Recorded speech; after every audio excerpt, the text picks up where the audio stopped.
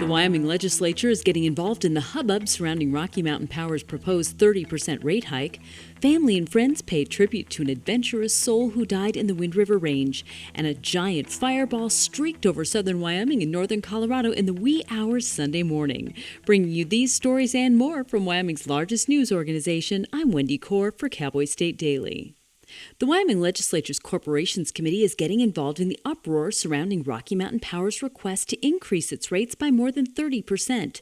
Cowboy State Daily's energy reporter Kevin Kelo said the committee is preparing to draft legislation to help address the requested 30% rate increase from the electric utility. One of the concerns is the multi-jurisdictional protocol, which basically says that there are certain costs that Rocky Mountain Power must bear for what's happening even in other states that Wyoming shares an allocation of.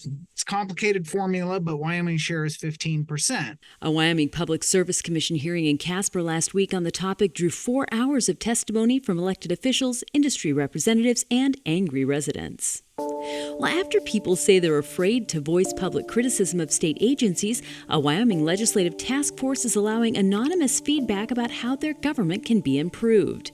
Cowboy State Daily's political reporter Leo Wolfson says the newly created legislative committee called the Regulatory Reduction Task Force found that members of the public were hesitant to offer feedback that might reflect negatively on state agencies. A lot of people are tied to these state agencies in various different ways, connected to their livelihood, and there was some hesitation about that. So the committee has basically created a public survey for people to provide input, and they can keep their anonymity if they would like. Former Republican state legislator Eli Bebout, who served as both House Speaker and Senate President, said he's not surprised people have been afraid to speak up, as their livelihoods sometimes are tied to the people they could be criticizing.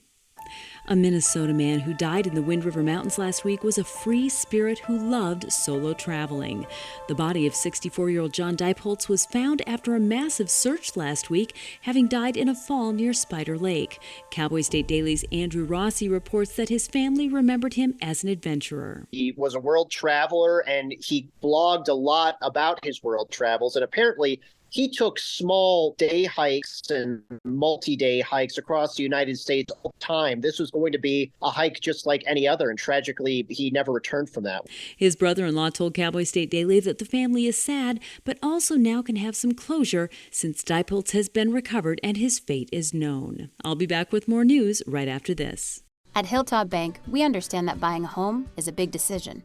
That's why we're here to be your trusted partner on the path to home ownership. Our experienced mortgage team will guide you every step of the way, from pre-approval to closing. We offer competitive rates and a wide variety of home loan options to best suit your needs. With our local knowledge and personalized service, you'll feel confident and comfortable throughout the entire home buying process. Contact us today to start your journey toward home ownership. Hilltop Bank, member FDIC, equal housing lender.